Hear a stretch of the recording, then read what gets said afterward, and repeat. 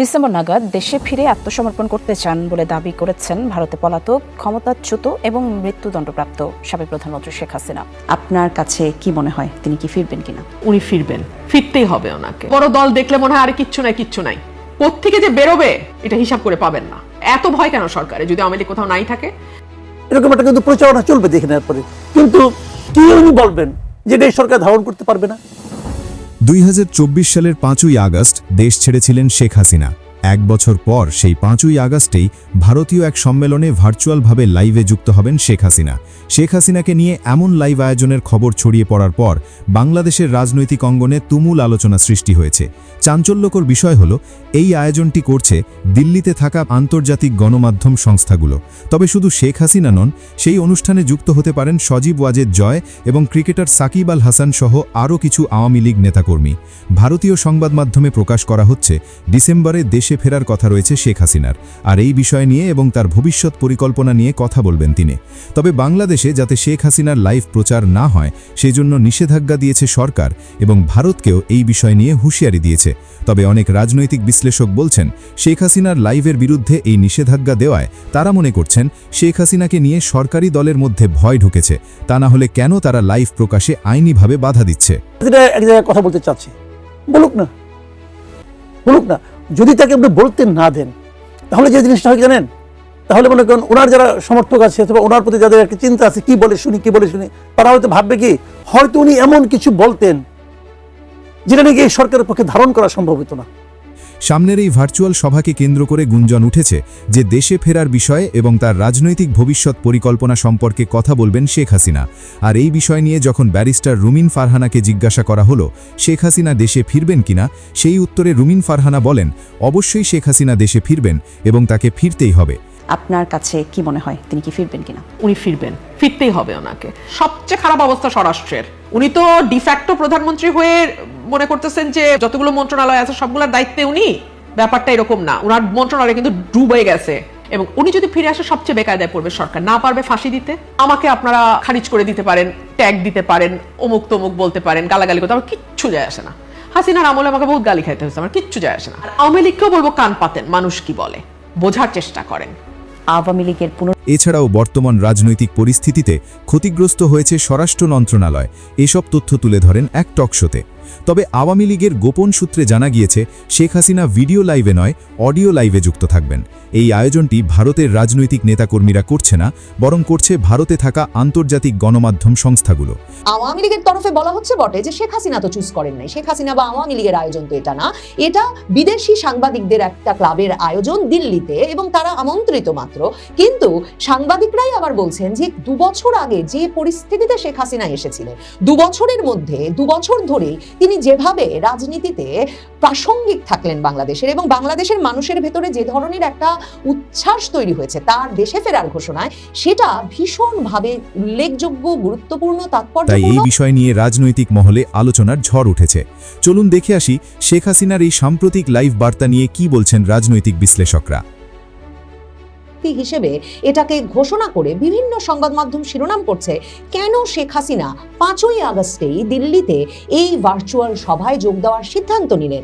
এই সভাটির যে পোস্টারটি ছড়িয়ে পড়ার পরেই তোলপাড় শুরু হয়েছে, সেই সভার শিরোনাম দেওয়া হয়েছে শেখ হাসিনাজ হোম কামিং। যেই ঘোষণা দিয়েছেন সম্প্রতি, সেই ঘোষণার বিস্তারিত তিনি এই অনুষ্ঠানে তুলে ধরতে পারেন। তার কাছ থেকে একটা রোড ম্যাপ আসবে, রাজনৈতিক পরিকল্পনা আসবে তার স্বদেশ প্রত্যাবর্তনের, এসব প্রত্যাশার কথা ভারতীয় সংবাদ মাধ্যমে লেখা হচ্ছে। তবে দিল্লিতে foreign correspondence club south Asia, এই ক্লাবটির অনুষ্ঠানে শেখ হাসিনার ভার্চুয়ালি যোগদানের ঘটনাটি কিন্তু এর আগেও ঘটেছিল। তবে সেবার তিনি লাইভে যোগ দেন নাই, সেবার তিনি একটা অডিও বার্তা পাঠিয়েছিলেন। সেবারও ব্যাপক আলোড়ন হয়েছিল যে শেখ হাসিনাকে যে এই যে এর মাধ্যমে একটা প্রকাশ্য অনুষ্ঠানে অডিও বার্তা পাঠাতে দেখা গেল, সেটাও যে ভীষণ তাৎপর্যপূর্ণ রাজনৈতিকভাবে, সেটা যেমন তখন আলোচিত হয়েছিল। ভারতের সকল শীর্ষস্থানীয় সংবাদ মাধ্যম যেমন সে খবর দিয়েছিল যে শেখ হাসিনার হোম কামিং এই শিরোনামে যে আলোচনা সভা, সেই সভায় শেখ হাসিনা ভার্চুয়ালি লাইভ যুক্ত হবেন। কাজেই বিভিন্ন পত্রিকা লিখছে তিনি কি তাহলে প্রশ্নের উত্তর দেবেন, তাকে কি দেখা যাবে ভিডিওতে। আওয়ামী লীগের বিভিন্ন সূত্র থেকে এটা পরিষ্কার যে শেখ হাসিনা ভিডিওতে দেখা দেবেন এরকম কোনো পরিকল্পনা নাই। তবে শেখ হাসিনা এই অনুষ্ঠানে লাইভ যুক্ত হয়ে বক্তৃতা দেওয়ার একটা প্রত্যাশা তৈরি করেছেন, সেটা সকলেই মনে করেন। তবে আওয়ামী লীগের তরফে বলা হচ্ছে যে শেখ হাসিনার মূল যে ইচ্ছাটা সেটা হচ্ছে মূলত তো এই ফরেন করেসপন্ডেন্সরাই, মানে সারা পৃথিবীর ভারতীয় সংবাদ মাধ্যম এবং আন্তর্জাতিক সংবাদ মাধ্যম এপি, রয়টার্স থেকে শুরু করে এই 2 বছরে শেখ হাসিনার বিশ্বের শীর্ষস্থানীয় সকল দৈনিকে শেখ হাসিনার সাক্ষাৎকার প্রকাশ হওয়া, শেখ হাসিনার বিভিন্ন খবরাখবর প্রকাশিত হওয়া এবং নানা ভাষায় অনুদিত হয়ে এসবের পেছনে এই যে সাংবাদিকদের শেখ হাসিনার খবরে আগ্রহ আছে মানুষের, সেটা অনুধাবন করতে পারা। শেখ হাসিনাকে রাজনৈতিকভাবে in 2 years, মানে আওয়ামী লীগের তরফে বলা হচ্ছে বটে যে শেখ হাসিনা তো চুজ করেন নাই, শেখ হাসিনা বা আওয়ামী লীগের আয়োজন তো এটা না, এটা বিদেশি সাংবাদিকদের একটা ক্লাবের আয়োজন দিল্লিতে এবং তারা আমন্ত্রিত মাত্র। কিন্তু সাংবাদিকরাই আবার বলছেন যে 2 বছর আগে যে পরিস্থিতিতে শেখ হাসিনা এসেছিলেন, 2 বছরের মধ্যে 2 বছর ধরে তিনি যেভাবে রাজনীতিতে প্রাসঙ্গিক থাকলেন বাংলাদেশের, এবং বাংলাদেশের মানুষের ভেতরে যে ধরনের একটা উচ্ছ্বাস তৈরি হয়েছে তার দেশে ফেরার ঘোষণায়, সেটা ভীষণভাবে উল্লেখযোগ্য, গুরুত্বপূর্ণ, তাৎপর্যপূর্ণ।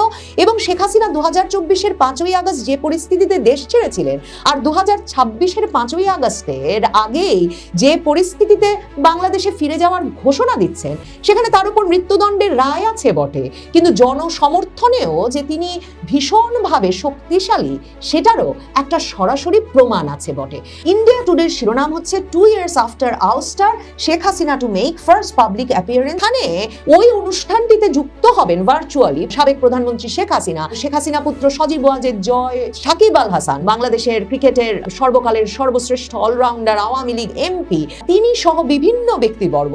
সেই খবরটি দিয়ে তাই ভারতীয় সংবাদ মাধ্যম লিখছে যে এটাই তার প্রথম পাবলিক অ্যাপিয়ারেন্স হতে যাচ্ছে। কারণ শেখ হাসিনা তো বরাবর বক্তব্য দেন দলীয় ফোরামে, দলীয় বিভিন্ন সভায়ও কিন্তু তিনি বক্তব্য দিয়েছেন। মানে পাবলিক অ্যাপিয়ারেন্স যে তারা বলছে তার কারণ হচ্ছে এই যে সাংবাদিকদের উপস্থিতিতে, এবং তিনি লাইভ যুক্ত হচ্ছেন।